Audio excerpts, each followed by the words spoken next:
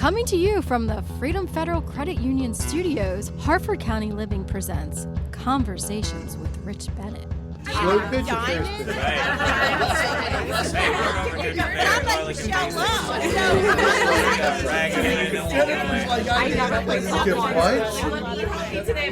It's probably the least sexy part of the organizing. It's okay. No. The truth is, Those of you that know me know that I just love bourbon. I love a good old fashioned, and I love to experiment with them. I really never was a bourbon fan, and I have to thank Mike Ondeco for that. He told me about bourbon when I worked with him years ago at a local radio station, 100.7 The Bay. And ever since then, I had to try it, and I fell in love with it. But I wanted to do an episode for the history part because, with bourbon, it has a lot to do with America. So whether you're someone who enjoys a glass now and then, or you've just heard people talk about it like it's some kind of sacred ritual, this episode's for you. Because bourbon isn't just a drink. It's history. It's storytelling. And honestly, it's one of the most misunderstood spirits out there. So today, I'm going to break it all down. Where it came from, how it became what it is, and some of the biggest myths and misconceptions that people still believe. So bear with me as I grab my glass, and I had to pour a special bourbon that my neighbor Bud Crutchmar got for me. Some Basil Hayden Subtle Smoke. And, oh, man, to smell it, I just to let you know, I have it poured in a Glencairn glass. It's not an old-fashioned. This is neat. But you can, God, the tones, a little bit of caramel in there. Nice and smooth. Real smooth. All right, so let's go back. Way back. Late 1700s, early America. You've got settlers, many of them Scots and Irish, moving into places like Kentucky. And they brought something with them, knowledge of distilling whiskey. Back in Europe, whiskey was mostly made from barley. But here, corn was everywhere. And that changed everything. Corn was easier to grow, easier to harvest, and in a lot of cases, cheaper. So naturally, they started making whiskey from corn instead. Now, here's something interesting. This wasn't about creating a fancy product. This was about survival and practicality. Farmers had extra grain, and grain goes bad. But whiskey lasts. Whiskey sells. Whiskey travels. So instead of hauling heavy crops long distances, they turned it into something more valuable.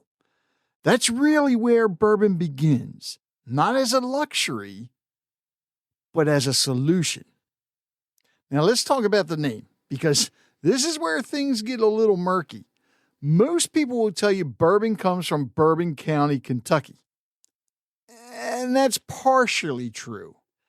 Back in the day, that area was a major hub for whiskey production. Barrels actually shipped down the Ohio River were often labeled Old Bourbon. So when people in places like New Orleans started receiving it, they just started asking for that bourbon whiskey. Simple as that. There's also another theory tied to Bourbon Street in New Orleans where the whiskey was popular. Either way, the name stuck. And like a lot of great branding, it wasn't planned. It just happened. Now, this part right here, this is where bourbon really becomes bourbon, because the barrel really did change everything. At some point, and there are a few stories about how, it became standard to age whiskey in charred oak barrels. There's a popular legend about a distiller accidentally charring a barrel. Instead of wasting it, he used it anyway, and the whiskey came out better. Now, whether that story is true or not, The result is that charred barrel does a few things. It gives bourbon its color, that deep amber color. It smooths out the harshness. And it adds those flavors people love. Vanilla, caramel, even a little spice. Without that step, bourbon as we know it doesn't exist. Now I got to take a sip of that Basil Hayden again. And remember I told you you can smell that caramel and now a little bit of the vanilla. And when it hits it, God, man, that is smooth. So, all right. So what makes bourbon bourbon? And here's where I think a lot of people get confused. Not all whiskey is bourbon, but all bourbon is whiskey. There are actual legal requirements. To be called bourbon, it has to be made in the United States. It has to be at least 51% corn. It has to be aged in new charred oak barrels, and I believe that's American oak. And it can't have anything added. You heard me right. It can't have anything added. No flavoring, no coloring. And here's one that surprises people. It does not, I repeat, it does not have to be made in Kentucky.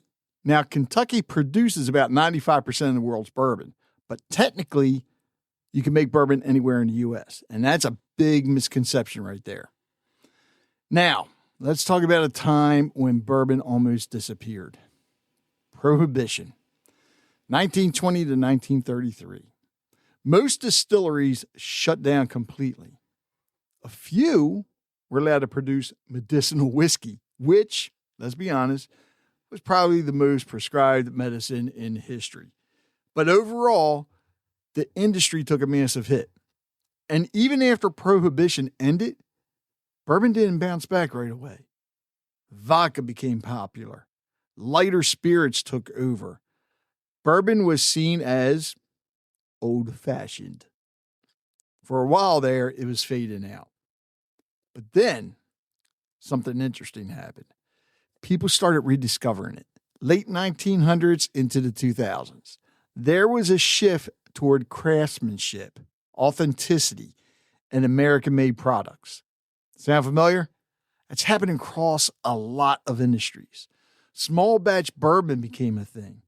Distilleries started focusing on quality and storytelling. And suddenly, bourbon wasn't just a drink again. It was an experience. And today, it's booming. All right, so this is going to be fun here because there are a lot of myths floating around. Myth number one, bourbon has to be made in Kentucky. I already explained that. It just has to be made in the U.S. Big myth here. Older bourbon is always better. Not necessarily. There's a sweet spot. Too much time in the barrel can actually overpower the flavor. Myth number three, bourbon is sweeter because sugar is added. Wrong. That sweetness comes naturally from the corn and the barrel, not added sugar. And myth number four, you have to drink bourbon a certain way, and that one drives me nuts. Drink it how you like it. Neat, on the rocks, in an old-fashioned.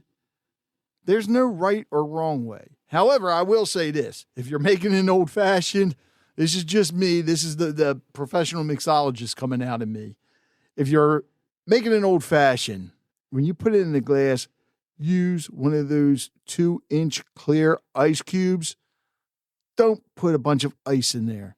Those clear ice cubes help dilute it slowly. But if you got a bunch of ice in there, it's going to dilute it very fast, which drops the proof of the bourbon, and then you're going to end up being basically just drinking water. So, but as far as how you like to drink it, there's no particular way. You can drink it however you want.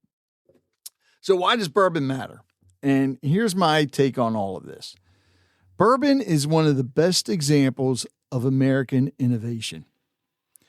It started as a necessity, evolved through experimentation, survived Prohibition, and came back stronger because people started appreciating authenticity again.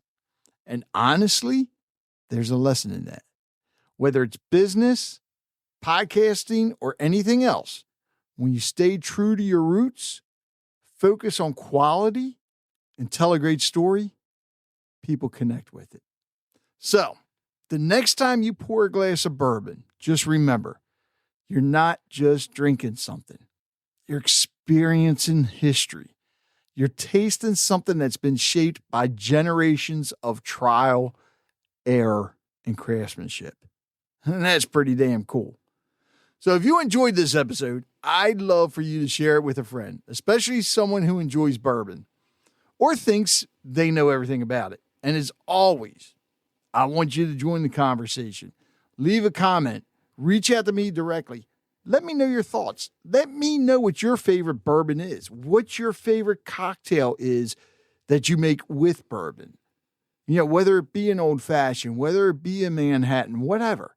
And until next time, stay positive and keep the conversations going.